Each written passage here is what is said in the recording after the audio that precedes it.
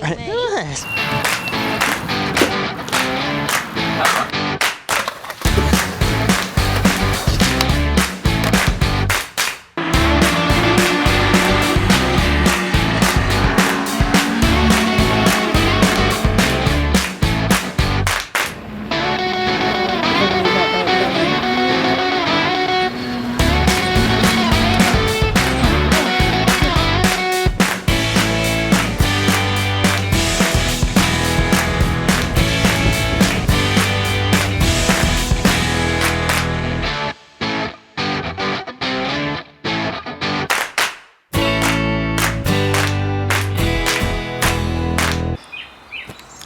This is a 1998 Volkswagen Polo 6N in the best colour that they ever painted it in, which is of course pistachio green.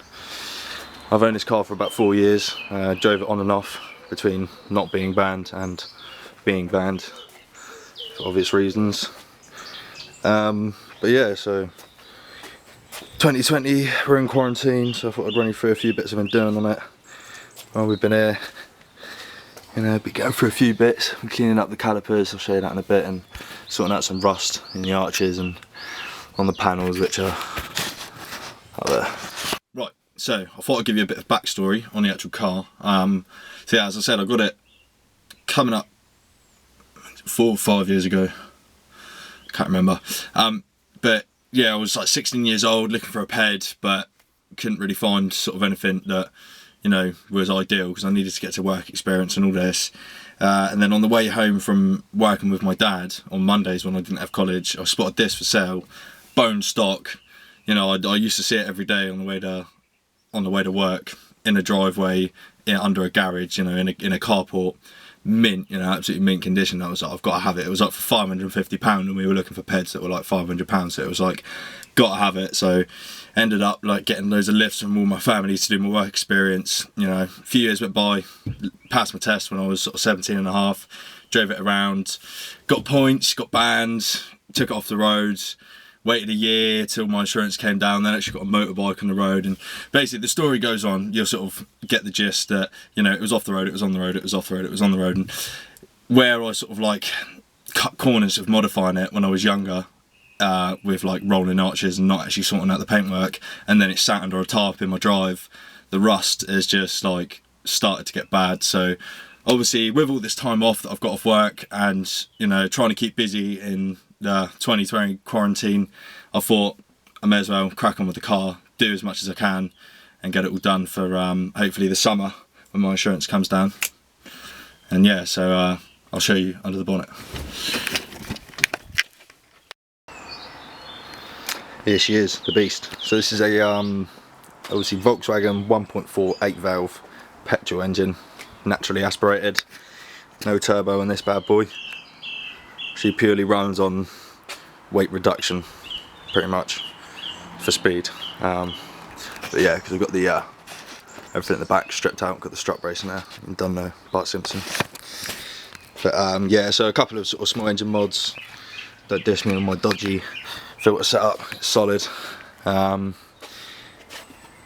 Yeah, not really a lot in this sort of side of the car, as there's not a huge amount you can do to the 1.4. Next year, 1.8 20 valve turbo will be going in it, but money is obviously stopping it right now. But yeah, so this isn't actually the original engine. I bought the car with 55,000 miles on it, so some old granny barely drove it like once a week to Waitrose pretty much. So the engine was absolutely mint, and so being young and stupid, I took all the stock airbox off and drove it around with an open throttle body for about 6 months at one point. And you know, all my sort of older friends and things like that, mechanically minded friends, said you know, you might want to put a filter on that because otherwise you're going to blow up your engine. So I was like, yeah, sure. So I actually purchased this filter from Halfords with the little sort of, I had a different setup then, but it was on there. And as you can see, I've got a cable tie holding this all together. Oh, it's dropping out of focus. But the originally it comes with a plastic bolt on top that drops through, and then there's a little metal nut on the inside, like a little metal zinc nut on the inside of the actual housing. And unbeknown to me, that, you know, the manufacturer obviously didn't put any Loctite on it. or anything like that, so it's vibrated loose within a week of putting the filter on my car, and the nut has gone straight down through the throttle body into the I think it was cylinder 2, yeah, cylinder 2, and smashed up and down, completely destroyed the valve, 2 valves. I think it completely cracked the piston in half. The liner was completely scratched up, so you know the engine was pretty much scrapped. So this is another engine I got from a dealer's breaker's yard up in Scotland, but it's similar mileage. I bought it with I think it was 74,000 miles, and I'd put 65 on mine by that time, so you know, similar sort of mileage. I think I actually put my top end back on and just changed the valves over that were obviously bent. But yeah, so that's pretty much everything in the engine bay really. Obviously got was once upon a time a stainless manifold. I've got a high flow cat in there in the middle muffler, and then it's straight back from there, so she makes noise. Obviously I've got all the battery at the moment, so I can't really give you a noise clip, but I'll see if I can find one and stick it in there.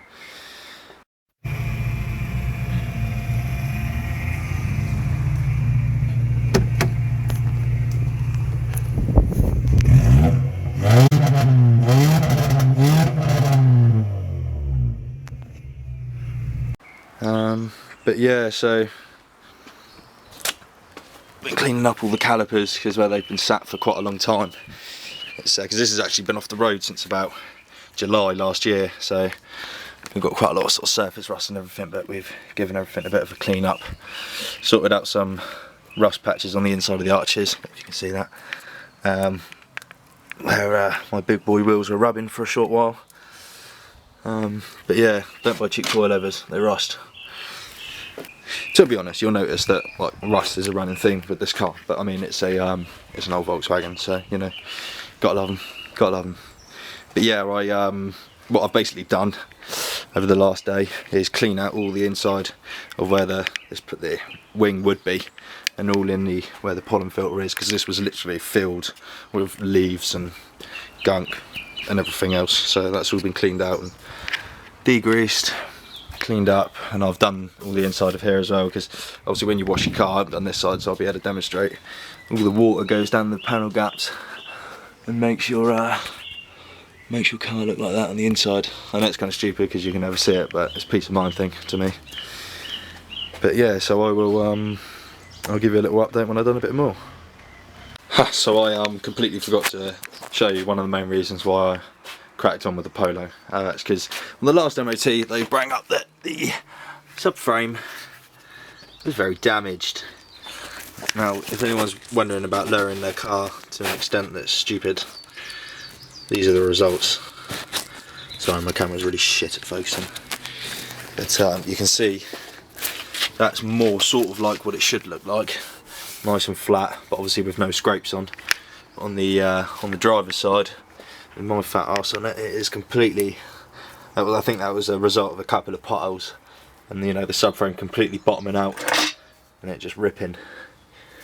Get a hole in it, so that's not road safe. So we're going to see if we can get this welded up at my workplace. If not, it'll have to be a new one, but I'm waiting for a couple of answers on that.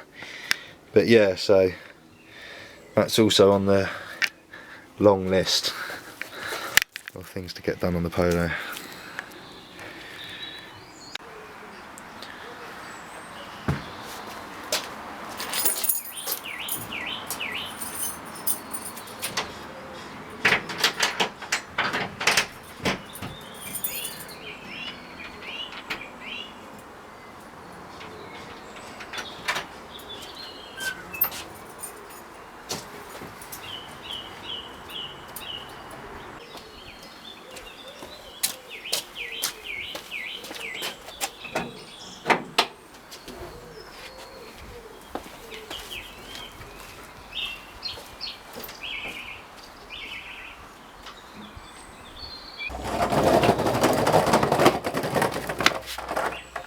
Welcome to day 2. So yeah, day 2 on the Polo. Ran out of sort of light yesterday to carry on filming, but I'll show you what I got up to after I turned the camera off. So basically finished cleaning up inside the near side wheel arch, cleaned up all the caliper, sorted out a bit of surface rust on the disc. I started to degrease some of the bottom of the gearbox and stuff from previous oil leaks, just to get everything nice and clean. But yeah, next on the list will be moving on to this side, degreasing all the inside of the panel and cleaning up the caliper and the arms a bit, get it looking like the other side. So I will get back to you when I've done that. One more thing, you notice that my wishbones are looking worse for wear. Could do with a lick of paint and some new rubber bushes. I'm actually getting a full poly bush set for this car to put on once I've sorted out the subframe and everything. But I mean, for now I'm leaving that till it's actually back on the road and I can drive it to work to have that done, where I can use the press and everything. So yeah, that's that. Right, for those of you who are interested in seeing how I'm degreasing all the crap on the inside of my car, basically stuff called gunk engine degreaser. Get it from like Halfords, other stores are available. I'll grab it and show you what it looks like.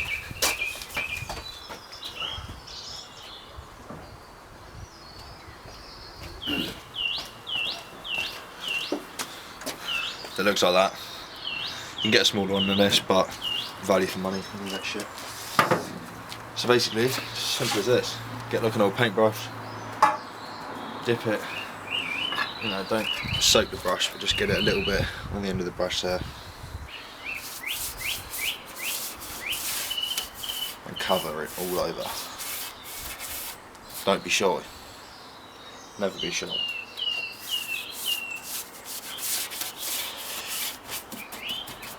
And you might need to use like a toothbrush or something like I've got here to get like some of the thicker bits off. But you know, just see every bit's going to be different. So obviously you don't want to use a wire brush or something like this because you're just going to scratch off all the paint. And that's not what we're trying to do. Yeah, something like that. So once you've irritated it all and it's all loose, just get yourself a nice old rag. Like that. Yeah, nothing to do. This one's covered because I've been doing the other side of it. Just wipe it all off. You might have to do it a couple of times, depending on how thick or how baked on the grease is, really. But it does seem to clean up stuff pretty well. And you don't really want to leave this stuff in your paintwork, so make sure once you've wiped off all the grease with your dirty rag, grab a cleaner rag, which is actually already in shot, and just, you know, wipe any of the overspill off. Make sure you get it all off the paint, because in this stuff eats grease, so you don't really want it sitting on your paintwork for a couple of hours or a couple of minutes at all. You want to get it off quite quick. As you can see, it's already looking much better. Right, so day 3, working on a Polo.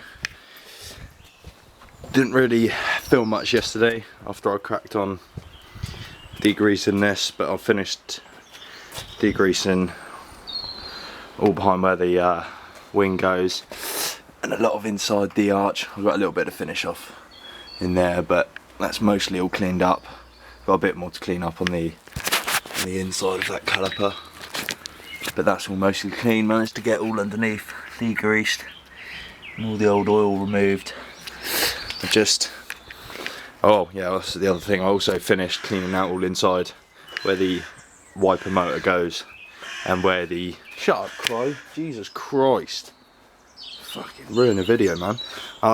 Yeah, where the pollen filter goes, so I'm about to reinstall that. I was just in the middle. Fucking crows, man. Out here trying to ruin my content. But yeah, I'm literally just using some black plastic trim polish or car, what was it, trim wax I think they call it, just to clean up this strip here As you see, I haven't done that bit. It's all quite faded. But this bit I've just done, it looks nice and new and glossy. And then I shall clean up the trim bits because they're looking pretty mouldy. And then yeah, get all that back on. Also guys, if you were wondering, this is my 1995 Kawasaki KMX125. There will be quite a bit of content coming up on this bike on the channel. I do a bit of it's a road league bike. Sometimes I use it as my daily to get to work, but I also use it equally enough to take it ragging up the fields, do a bit of off-roading on it, which is why I've got the semis on it. Best of both worlds. But yeah, this is currently off the road at the moment because a couple of months ago this got stolen from outside my workplace, and the nippers that nicked it managed to do quite a lot of damage all over really. So they like messed the barrel up, forced their way into the fuel tank.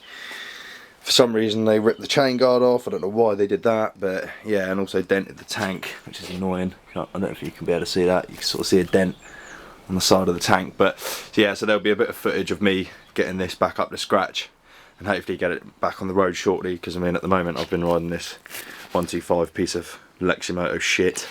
So I'm looking forward to getting back on the two-stroke. So also, as well as cars and motorbikes and everything, I do a lot of bike riding. I used to do a lot of BMXing, but I've recently got back into my downhill mountain biking.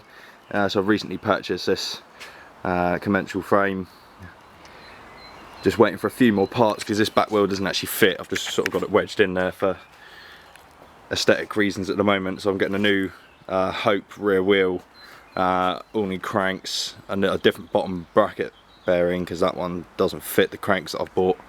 And yeah, a few other bits. So I should do a bike build video as well of putting this together and going for a little session up my local trails. Probably later on this week. That would be good. Right, so I've started getting all this trim back on at the top of the bonnet. I just thought I'd show you how the pollen filter goes back in. So you've got like the housing that the actual filter goes in, like this. You've got to take the actual filter out to reinstall it because one of the fixings would be underneath where the filter is. So you sort of slot it in, make sure you've got the bonnet brackets out of the way if you have removed the bonnet. Sort of slot it in on that angle, bed it down, make sure it's in there nice and square. Simple as that really. It's literally two plastic 10mm nuts that fix it down. Get those started off and grab your ratchet.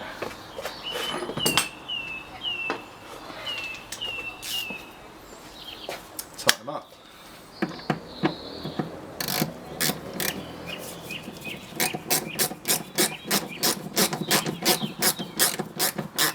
Obviously these are plastic, so you don't want to go mad at tightening them because you'll just round the thread off, so just nip it. This ratchet's probably a bit big for the job, but as long as you're careful, you should be alright.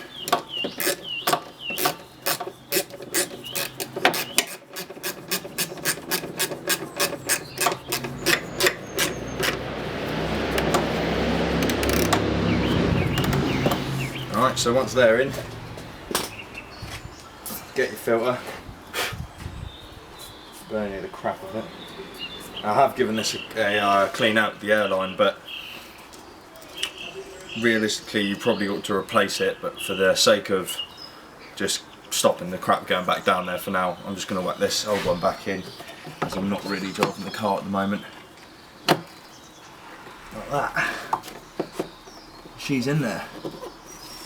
Right, now it's time to replace the bit of trim.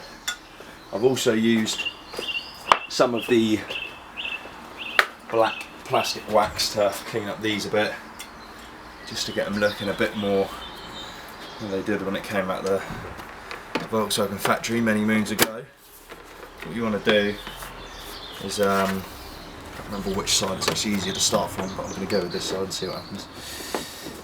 It's basically get it started underneath. No, it is this side, I'm wrong. Start with this end. Windscreen side first.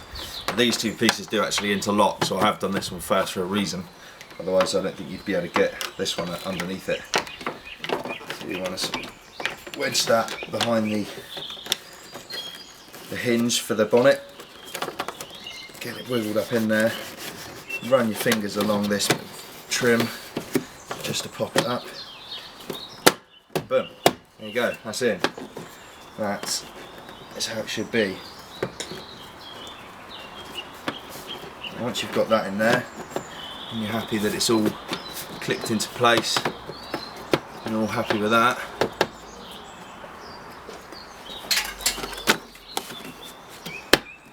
you want to get your final piece, which is this big long rubber. So put it on there, make sure you've got it nice and even all the way across. And what you want to do is just work your way from one side to the other, slowly pressing it all in. Make sure you don't sort of bend this up, because there is a metal strip that runs inside these, and if you bend them around too much you will not be able to get it back on, or you will, but you'll struggle. So you want to just slowly ease it all down, get it started like that, follow it all the way along, take it round to the other side. So just, some bits might not go on straight away, so be patient with it, give it all a bit of a wiggle. That's it, like that. And now, as you can see, our rain tray is all nice and sealed back up. I also cleaned the little window just in here, which gives some sort of chassis number, I think. It's quite cool to be able to see that again. That was all black before, or filled with dirt anyway. But yeah, that's the trim back on. I shall carry on with the finish off the degreasing and then come back to you when we're prepping for some rust repair. Okay, so as I said earlier on in the video, when I was younger and I didn't really know what I was doing, while modifying this car I managed to mess quite a few things up, and one of those was the side skirt and door sill. It's not really focusing very well, but you can sort of see along there the jacking seal has been bent up as a result of not using the correct jacking points on the car, and that was just down to a lack of knowledge when I was 16 years old really. But as I never sorted it out at the time because I was too busy driving it, as you can see, the rust has now got to it. So one of the jobs is going to be taking all that back to bare metal and spraying it to prevent the rust getting any worse before I can have the car sprayed in the meantime. And I did give it a go on the other side about a year ago, a bit of a poor effort because the car was on the road at the time. I just wanted it done quickly. Excuse my very shit non-professional taping. But yeah, so I will be taking all that back, and the same on the rear arches, taking it all back and properly rust priming it, ready for spray work. So I'll show you, I'll set the camera up around the other side and show you how I'm going to go about taking the paint off and getting the rusty bits back to metal anyway. Okay, so my weapon of choice for stripping the metalwork back and getting all the rust gone is the trusty DeWalt drill with a wire brush attachment on the end. There's lots of other things you could use. You know, you can get various abrasive pads for angle grinders and things like that, but I find the old wire wheel gets in all the, especially in areas in like this where I've got to go in between sort of two different angles of the panel. It's a lot easier to get one of these in. I've also got a round bladed one for getting some of the other tricky bits. But yeah, so literally just want to get down there and start taking away some of the paint until the orange rust is gone really. You're just taking it back to bare metal. You're not trying to scratch off too much of the other good paint, just the bits that have been affected by the rust really. 'Cause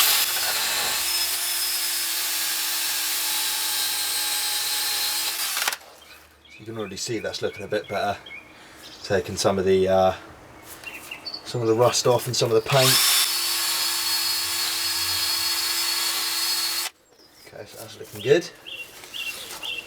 Move on to the bits on the side of the skirt where it got dented. I think that was a result of me jacking up the car and leaving a block underneath it, I think, when I let the jack down or something like that, and it crumpled the side skirt a bit. So for now I'm just going to take back all the paint, take off all the rust and prime it, and then when it goes in for spray work I can have it filled and straightened back out. But I don't have the skills or the knowledge to sort out my bodywork properly, so I'm just preventing it getting any worse pretty much.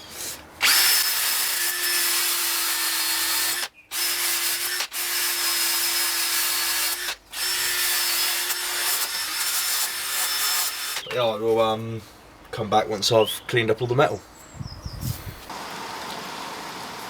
Right, so got up this morning and as you can see the nice quarantine weather has finally given up on us and it started to chuck it down.